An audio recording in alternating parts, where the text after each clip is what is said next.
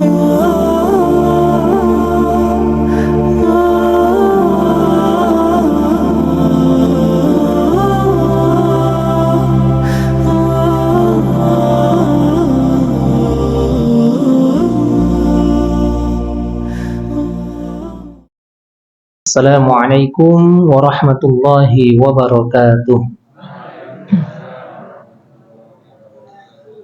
Alhamdulillah wassalatu wassalamu ala Rasulillah nabiyina Muhammad ibn Abdullah. La haula wa la quwwata illa billah. Ashhadu an la ilaha illallah wahdahu la syarika lah wa ashhadu anna Muhammadan abduhu wa rasuluhu la nabiyya ba'dah. Rabbi shrah li sadri wa yassir li amri wahlul 'uqdatam min lisani yafqahu qawli, amma ba'd. Alhamdulillah, puji syukur kita limpah curahkan hanya kepada Allah yang senantiasa memberikan kita berbagai nikmat-nikmatnya, dan mudah-mudahan dengan nikmat yang Allah berikan kepada kita, kita termasuk golongan hamba-hamba Allah yang senantiasa mensyukuri nikmat-nikmatnya dan masuk kategori ahli syukur.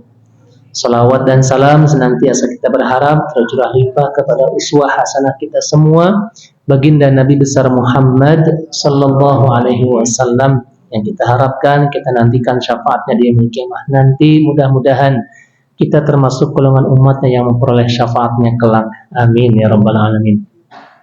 Bapak Ibu, rekan-rekan jamaah rahimakumullah, mari kita awali kajian kita pada sore hari ini dengan membaca kalimatul basmalah, dilanjutkan dua kalimat syahadat dan doa raditu billah.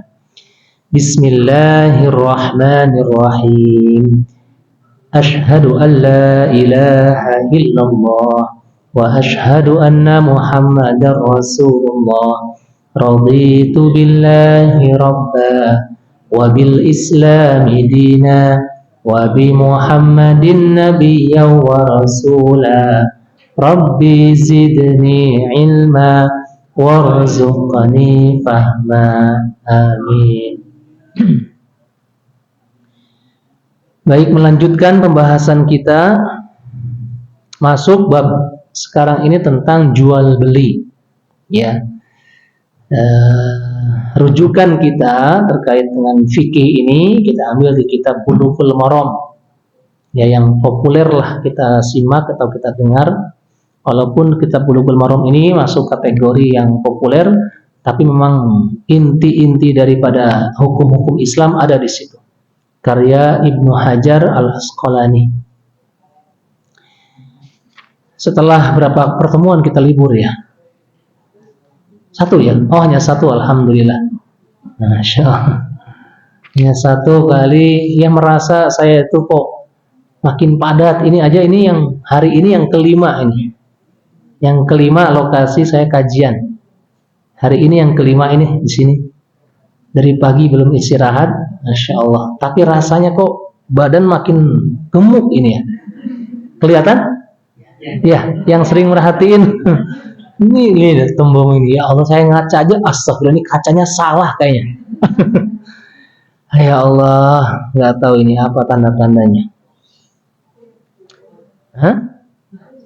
Senang, berkah, mudah-mudahan ya, bersyukur ya, alhamdulillah bersyukur. Cuman baju jadi kecil, itu masalahnya. Baik, bab tentang babul buyu', jual beli. Bu, Pak, kita itu di Islam itu harus siap menerima aturan. Seperti kita bertamu ke rumah tetangga kita, itu di rumah tetangga kita itu ada aturannya. Kita harus tahu. Atau kita kemana gitu ya, ke perusahaan, masuk ke perusahaan tersebut, kita lamaran, diterima di perusahaan tersebut, ada peraturannya. Pun demikian dalam Islam, dalam setiap lini diatur. Jual beli ada peraturannya, ada caranya, ada sistemnya. Jadi orang kaya itu ada ilmunya. Jadi orang kaya itu nggak sembarang jadi orang kaya loh.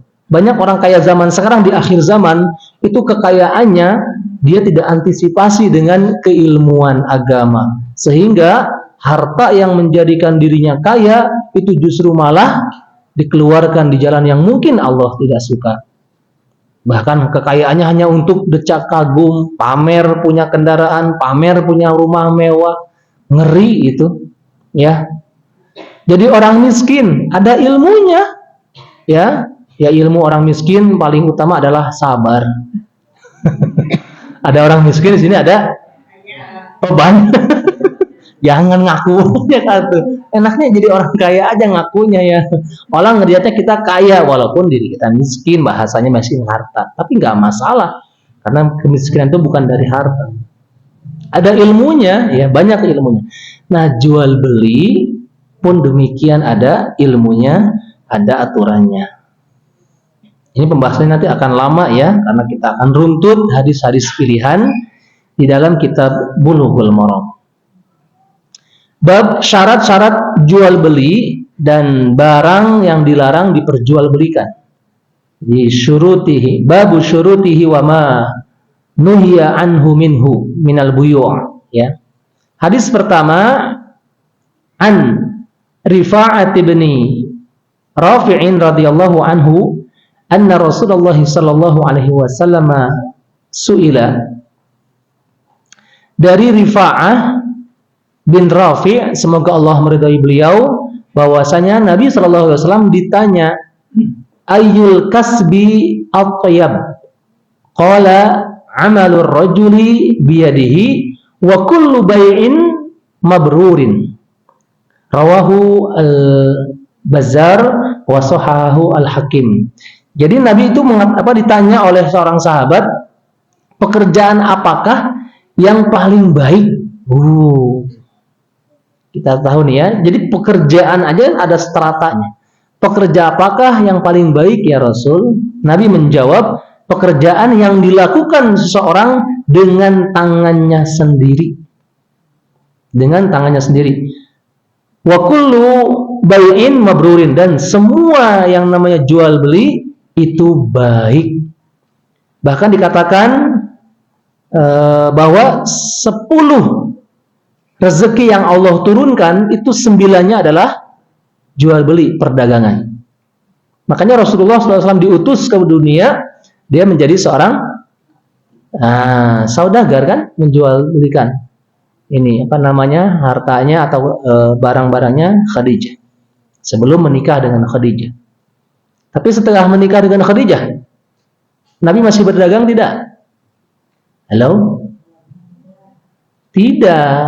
Nabi fokus mensyiarkan agama. Ya, makanya ketika Khadijah sudah menjadi istri Nabi, itu hartanya Khadijah totalitas mendukung dakwahnya suaminya Rasulullah Shallallahu Alaihi Wasallam sampai habis itu. Gitu ya. Jadi bukan soal matre, justru memang Islam mengajarkan, kata Nabi, tungkahul mar'ah bi arba'in. Wanita itu dinikahi karena 4 tujuannya. Incarannya tuh 4. Lijamaliha, cantiknya. Jadi bapak-bapak yang mau nikah, udah nikah belum? Mas-mas ya. Yang mau nikah, lihat calon pasangan kita itu, wanita itu diincar itu 1, cantiknya dulu. Nomor 2, wali maliha, hartanya. Yang ketiga, wali nasabiha, nasabnya, keturunan siapa nih? Anak Pak RT misalkan. Atau yang keempat, selanjutnya adalah wali diniha, agamanya. Agama nomor 4 kata Nabi. Cantik, kaya, keturunan orang hebat lah ya, itu Pak Lurah boleh lah ya. Terus agamanya.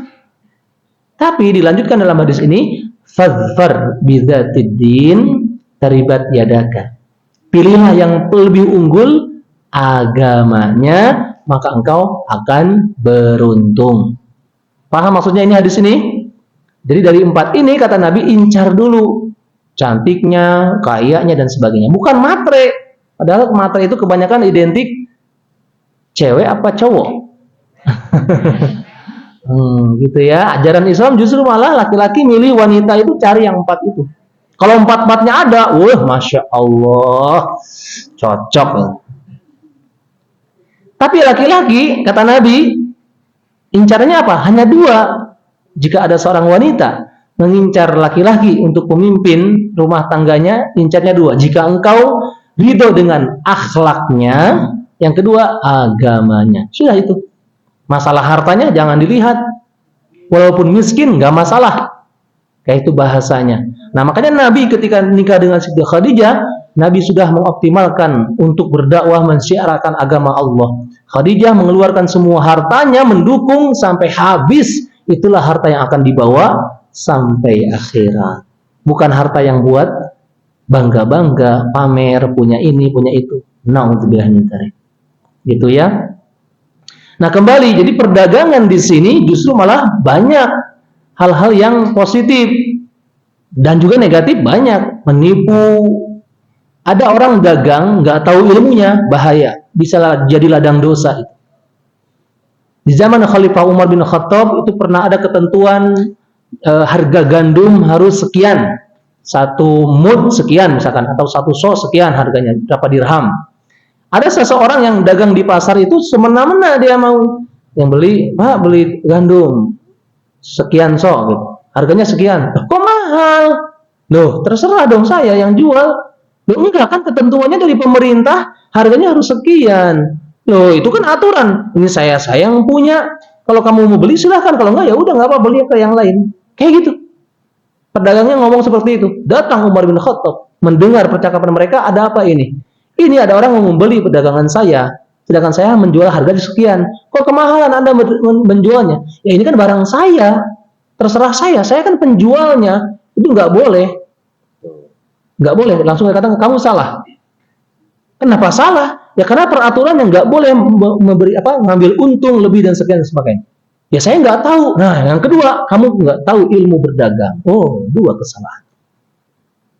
Makanya ada ilmunya, nggak sembarang ngejar untung. Nanti kita ada bahas lagi. Jual beli, kita sebagai penjual ngambil untung 100% haram, tidak boleh. Sedangkan di zaman sekarang menuntut mencari rezeki atau apa untung sebanyak-banyaknya. Kalau bisa ditimbun dulu, nanti kalau sudah keluar mahal, baru kita keluarkan. Na'udzubillah min dzalik. Itu perbuatan zalim. Mungkin pemerintah nggak tahu, mungkin orang tetangga nggak tahu, tapi Allah Maha tahu. Itu Islam mengatur. Nah, makanya dalam jual beli dikatakan itu adalah semua jual beli itu baik. Maka kalau bisa tanamkan di jiwa kita itu ada jiwa dagang, jiwa bisnis. Anak-anak kita tuh diajarkan, jangan gengsi. Saya setuju dengan filmnya Upin Ipin itu. Dua singgit. Masih kecil udah diajarin gitu loh. Maksudnya ada jiwa bisnis. Ini mohon maaf tidak semua orang-orang tua itu mengajarkan ilmu ini. Ya, padahal sunnah Rasul salah satunya adalah berbisnis, berdagang. Karena dari 10 rezeki yang Allah turunkan ke dunia, 9-nya adalah dari hasil berdagang, jual beli. Satunya dari mana? Banyak, ya menipu, ya korupsi, ya khianat, ya nilep, ya barter, banyak. Jadi dibagi-bagi 1%-nya itu. Kayak gitu. Hadis yang kedua, wa an Jabirin ibni Abdullah, dari Jabir bin Abdullah radhiyallahu anhuma, semoga Allah meridai beliau, annahu sami'a Rasulullah sallallahu alaihi wasallam yaqul amal fath. Bahwasanya mereka itu mendengar Rasulullah sallallahu alaihi wasallam bersabda ketika waktu pembebasan kota atau Fathu Makkah, ya. Wa huwa bi Makkah. Innallaha wa rasulahu harrama bai'a al-khamr wal maitah wal khinzir wal asnam. Sesungguhnya Allah dan Rasulnya itu mengharamkan penjual belian atau perdagangan tentang apa? Khamr. Sudah mengharamkan khamr. Wal maitah, bangkai. Wal khinzir, apa? Babi, ya. Wal asnam, patung, segala patung. Nah, nanti akan masuk ke ranah patung-patungan, ya gantungan kunci lah, patung-patungan apalagi itu akan kena hukum-hukumnya, ya. Faqila ya Rasulullah ara'aita syuhumal maitah. Wahai Rasulullah sallallahu alaihi wasallam, apakah engkau melihat, memahami tentang bagaimana lemak bangkai?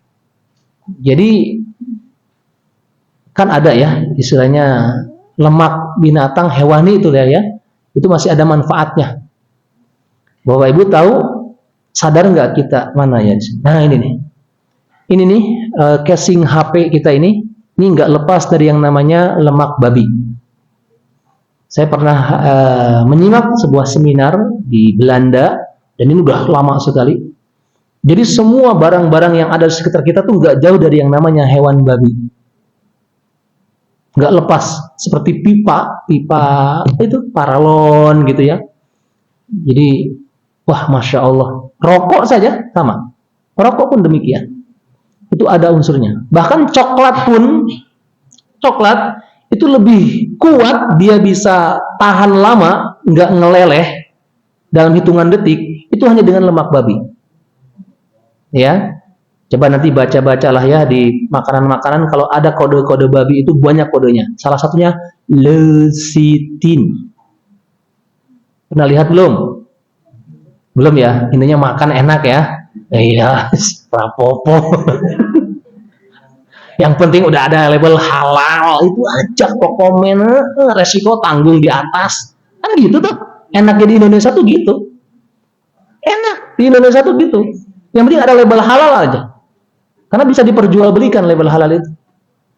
Ya wallahu alam lah gimana konsepnya saya nggak tahu ya, makanya yang penting label halal aja sekarang lagi tarik ulur. Kalau mau tahu Bapak Ibu sekalian, ya. Label halal di negara kita tercinta itu tarik ulur antara Kementerian Agama dan MUI. Mohon maaf. Karena itu bisnis. Oh, cuan lah. Tapi kita berjuangan buat makan yang halal itu ternyata nggak semata-mata kita mudah di negara negeri kita sendiri sekalipun. Ya, karena kita sudah terbiasa, jadi ketika belanja tuh nggak ngelihat. Tapi cobalah rasakan ketika kita hidup di negeri minoritas. Itu nyari yang label halal itu, Masya Allah. Ya, seperti kita menemukan sesuatu hal yang berharga.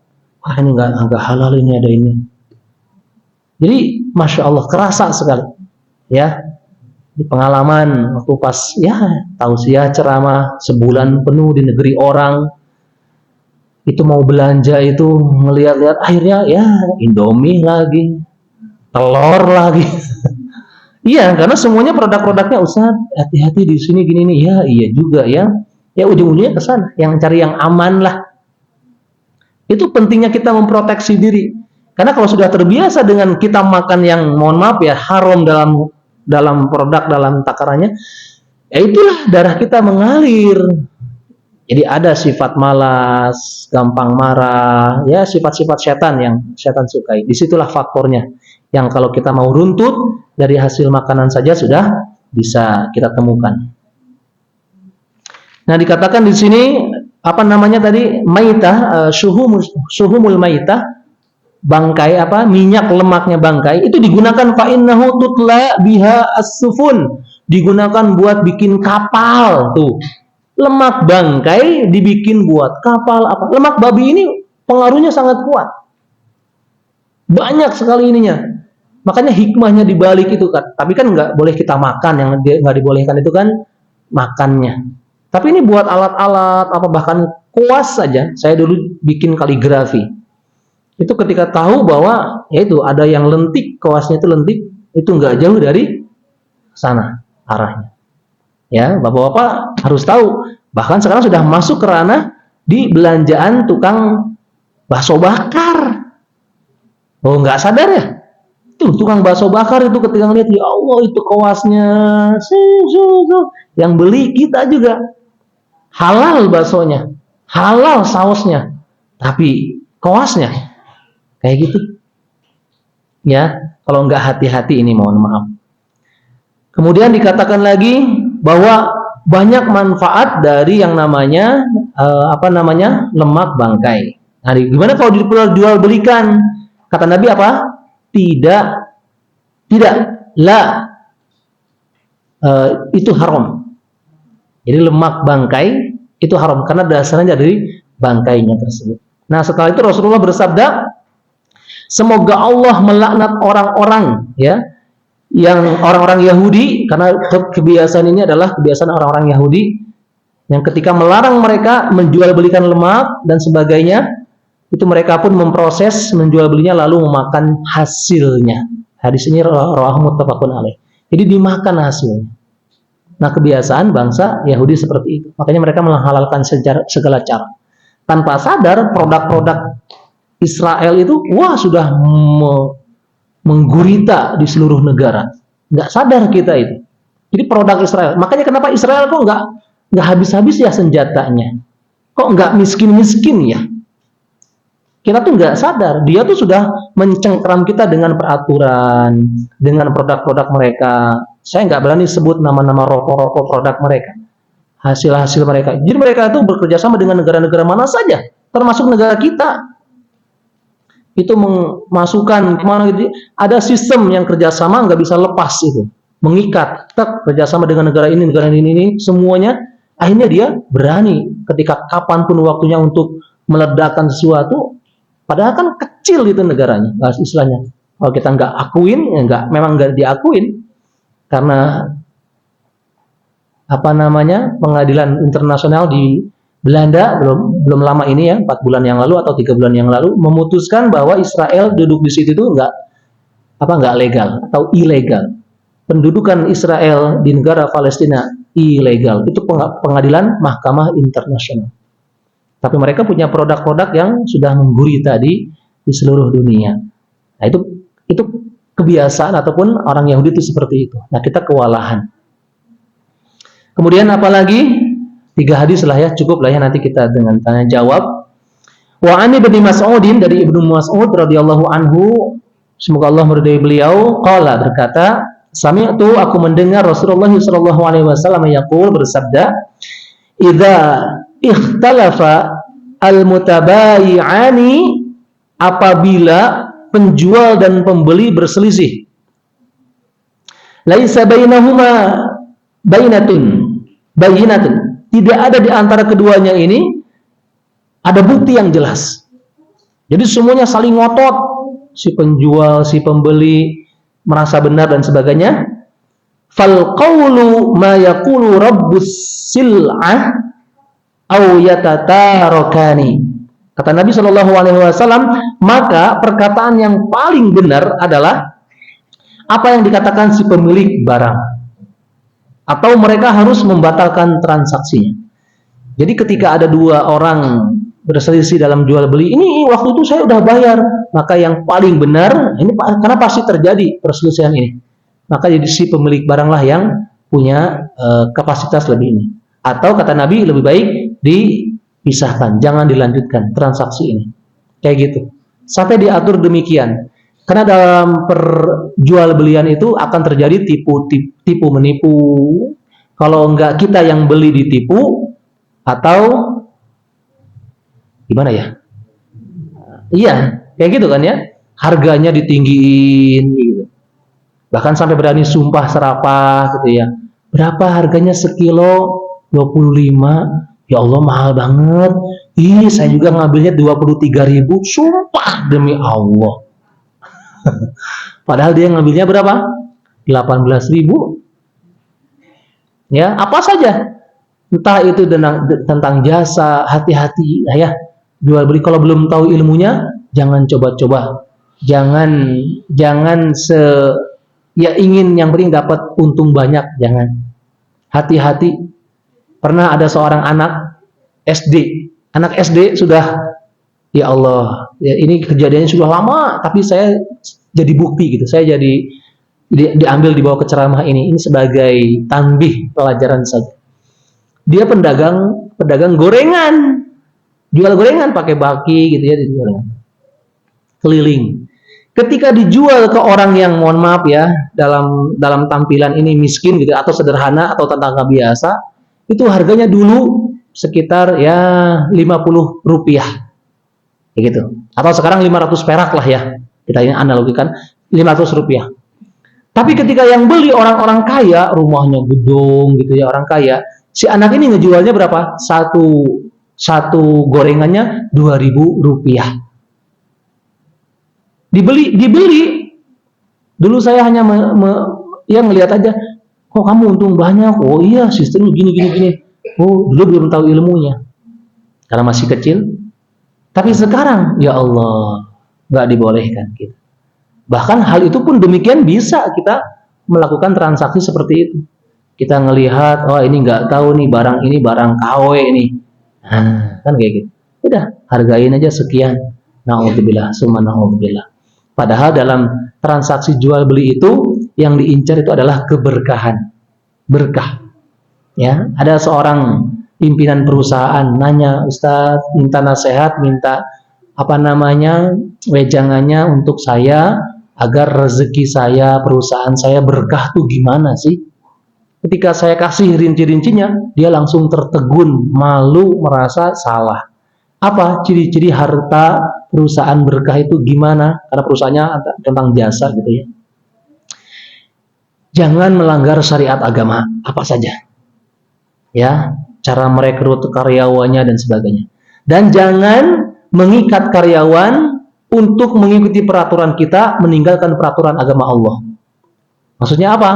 Kadang-kadang tidak sedikit perusahaan mengejar target, mengabaikan kewajiban karyawannya untuk sholat lah apa gitu ya, diterobos. Itu banyak sekali. Banyak.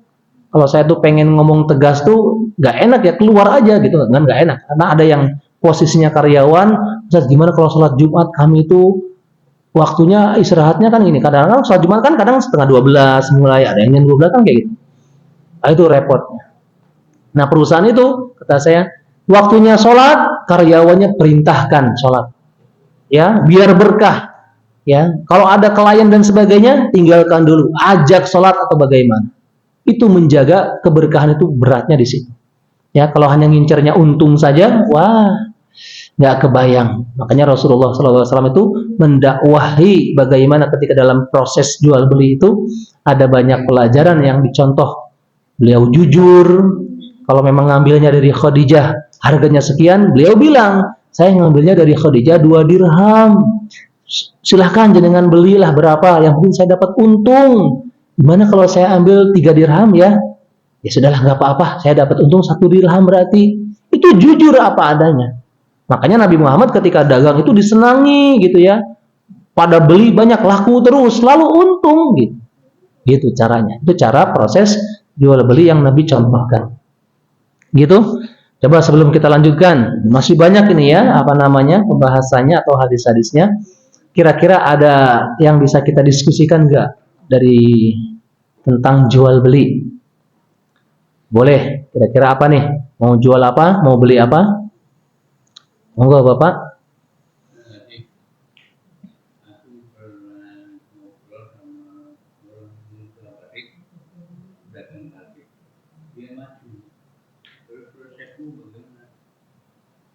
Dia mengatakan bahwa ada 2 jenis, yang bagus sedikit, yang jelek banyak. Tapi dia jual rugi yang sedikit, yang jelek umumnya banyak.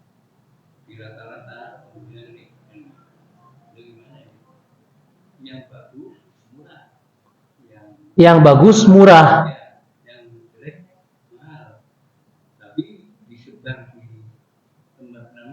Disamain, ya, paham. Nah, itu salah satu khianat. Ya, mohon maaf ya, dia hanya ngejar untungnya, mungkin belum tahu ilmunya. Imam Malik bin Anas, seorang ulama mazhab. Beliau itu punya toko kain. Para ulama-ulama dulu tuh ini ma'isyahnya tuh ada. Jadi bukan dari hasil apalah ya. Ngajar itu dulu madrasah itu gratis. Tapi beliau itu punya ma'isyah dari toko kain. Ya, Syekh Al-Albani itu reparasi jam tangan. Ya, buka hanya 2 jam kalau nggak salah, dari jam 8 sampai jam 10 bukanya. Selain itu beliau buat buku dan sebagainya, baca-baca kitab dan sebagainya. Itu pernah terjadi ada orang, dipilih. Jadi ketika terjadi ada pembeli, pernah terjadi ada yang beli kain A, kualitasnya kualitas A misalkan ya, itu harus jujur kita bilang. Nah, karyawannya Imam Malik ini lupa, yang diambil justru malah kualitas yang di bawahnya gitu. Harusnya yang agak tinggi, harganya ini kan beda. Ketika diberikan udah lewat hari itu, ngeceklah barang-barang mana saja yang laku, keuntungan berapa total, nggak sinkron. Loh, kok nggak pas ini? Ada yang salah. Itu langsung membuat pikirannya kemana-mana. Tuh, kehati-hatian seorang ulama ketika itu, karena bos gitu ngelihat, di cross check ini nggak pas ini. Ternyata setelah diteliti, oh harusnya yang habis tuh kain yang ini, kualitas ini. Tapi kok ini masih ada utuh dan sebagainya. Langsunglah dikasih tahu, dicari tahu, karyawannya ngaku, oh salah, saya salah ngambil barang. Itu langsung tolong cari pembelinya siapa. Dicari lagi, ayo dicari bareng-bareng sama Imam Malik. Setelah ketemu dikatakan, padahal si pembelinya itu nggak merasa dirugikan. Bagus kok kualitasnya, nggak apa-apa udah. Tapi karena bukan haknya, dikembalikan sesuai haknya. Saya pengalaman pribadi di pasar Prambanan, ya Prambanan sana, waktu udah lama beli kerupuk, ya belanja beli kerupuk, beli kerupuk, ibu-ibu yang jual, masya Allah saking hati-hatinya. Beli berapa? 1 kilo kata saya, ya kerupuk buat makan 1 kilo, itu isinya 2 kilo, satu ini tuh 2 kilo. Si ibu itu saking udah pakai timbangan, nggak puas, udah betul takarannya, tapi karena ini tadi ukurannya kan sama, dipisahin, yang ini berapa kilo. Kok ini lebih berat? Saking hati-hatinya, akhirnya dia ambil tengah-tengah saja, diberatin dikit. Masya Allah, Bu, udah cukup tadi, nggak apa-apa, takut salah. Saking hati-hatinya. Padahal dia hanya jualan kerupuk, jauh lebih barokah bisa jadi. Nah, kehati-hatian. Tapi ketika mencampurkan barang yang buruk dengan yang baik, dicampur adukan, itulah tidak dibenarkan dalam Islam. Beras yang baik kualitasnya dengan yang buruk buat dijual harus dipisah. Kalaupun dicampur, maka kita harus terus terang. Mohon maaf Pak, ini sudah kita campur berasnya dari yang ini kayak gitu. Masalah susu saja, ingat susu kisahnya Umar bin Khattab, susu kambing dicampur dengan air, wah itu hukumannya dulu kan nggak boleh. Banyak orang yang pengen menjual lebih banyak dicampur dengan air putih gitu ya, biar banyak. Ternyata itu perbuatan zalim. Dia nyari brand, barang bagus itu murah, kemudian barang yang jelek itu mahal, gitu. Jadi dia tidak rasanya itu tapi brand itu menurut aku bahwa dia ambil salah itu brand itu yang dengan dia. Ya, brand berarti untungnya kan? Enggak, namanya di sana bagus, harganya murah.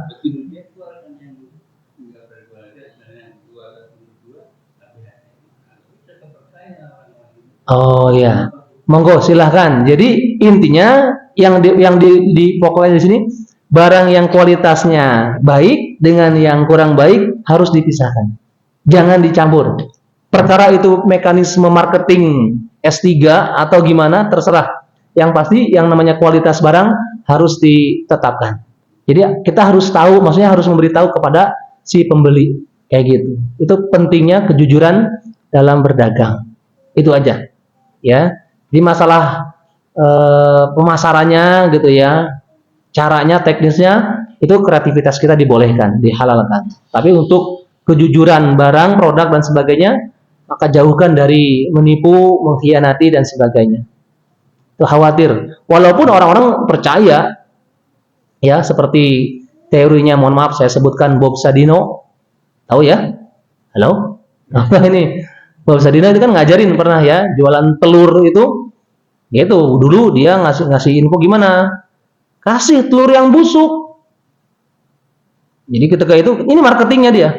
Ada ibu-ibu jualan, beli berapa telur? 1 kilo atau 2 kilo? Iya. Malah sengaja dikasih yang busuk. Atau yang sudah pecah sekalipun, sengaja dipecahin. Bu, nanti kalau ada apa-apa, ibu balik lagi ke sini ya, kayak gitu. Balik lagi ke sini kalau ada apa-apa dengan barangnya, karena udah dibungkus. Tuh Bu ya, bagus ya, pilih. Oh iya, ada. Tapi sengaja dikasih yang busuk. Tapi dikasih wasiat apa? Kalau ada apa-apa, ibu jangan ragu-ragu, balik lagi ke sini ya. Nanti kalau ada, memang ada apa? Nggak ada apa pokoknya. Ya pas sampai rumah, ada yang busuk, ada yang ini. Balik lagi, Pak, mohon maaf ini busuk. Wah, ditukar bu. Wah, marketing dia. Jadi merasa biar percaya. Akhirnya dia ngasih tahu, lu di sana tuh baik, saya ini malah dikasih tambah. Nah, kayak gitu. Itu, ya. Ah iya. Bagus ya tertarik. Oh, sana mahal. Iya. Berikutnya. Iya.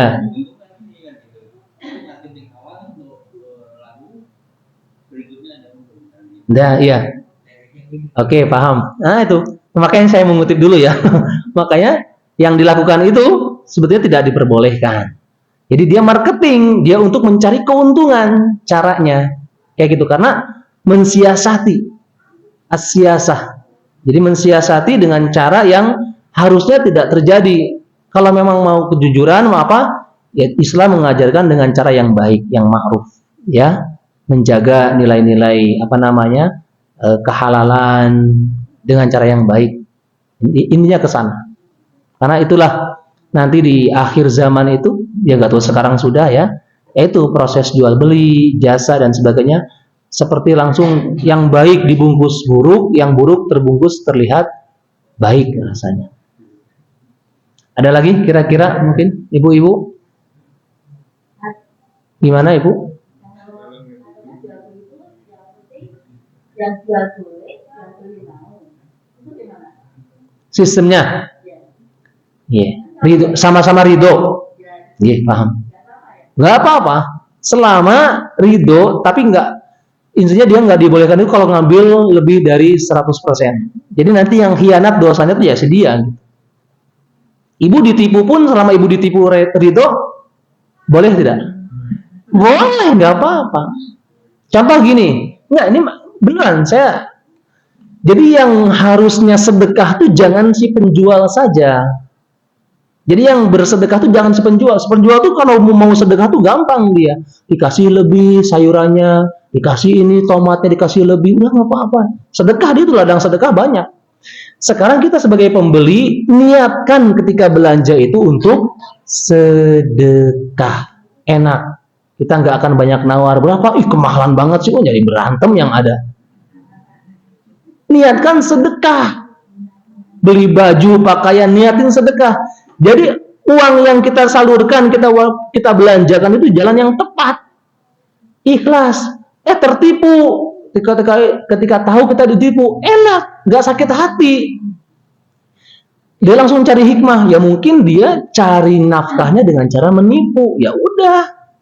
Kita bersyukur yang ada aja, mensyukuri cari yang ada. Tuh cara orang beriman tuh kayak gitu. Nah makanya Nabi itu mencontohkan ketika berjualan itu nggak boleh ada khianat. Pun demikian sama. Mohon maaf ini ya, terjadi Umar bin Khattab ketika dia jadi saudagar, ini sebelum dia dapat hidayah. Dia jualan. Koleganya, temennya kaget. Umar, gimana? Kabarnya baiknya gini dan sebagainya. Langsung, kamu dagang sekarang? Wah, antar tajir. Tajir itu predikat orang pedagang itu yang hebat, itu maksudnya pekerjaan yang mulia. Langsung dibisikin, sini, ada barang bagus nggak? Jual ke saya dulu. Ya, harganya tinggi nggak apa-apa. Itu langsung ditolak, mohon maaf. Sampai segitunya. Jual ke saya dulu. Harganya tinggi nggak apa-apa, tenang. Nanti saya yang jualan di sini kayak gitu. Ditolak langsung. Sampai segitunya etika ya ketika berdagang. Nggak boleh kita ada unsur hanya ngejar untung dan kita melalaikan hukum-hukum syariat Islam. Sementara itu dulu, okay, Bapak Ibu sekalian, insyaallah nanti kita lanjutkan di pembahasan yang sama tentang jual beli. Masih mungkin 2 atau 3 pertemuan ke depan, insyaallah. Baik, mudah-mudahan apa yang kita urai pada malam hari ini bermanfaat dan mendapatkan rahmat, keberkahan serta ridho dari Allah Subhanahu wa taala. Barakallahu fikum. Mari kita akhiri dengan membaca kalimatul hamdalah dan doa kifaratul majlis. Alhamdulillahirabbil alamin. Subhanakallahumma wa bihamdika Asyhadu an la ilaha illa anta astaghfiruka wa atubu ilaik. Akhirul kalam, assalamualaikum warahmatullahi wabarakatuh.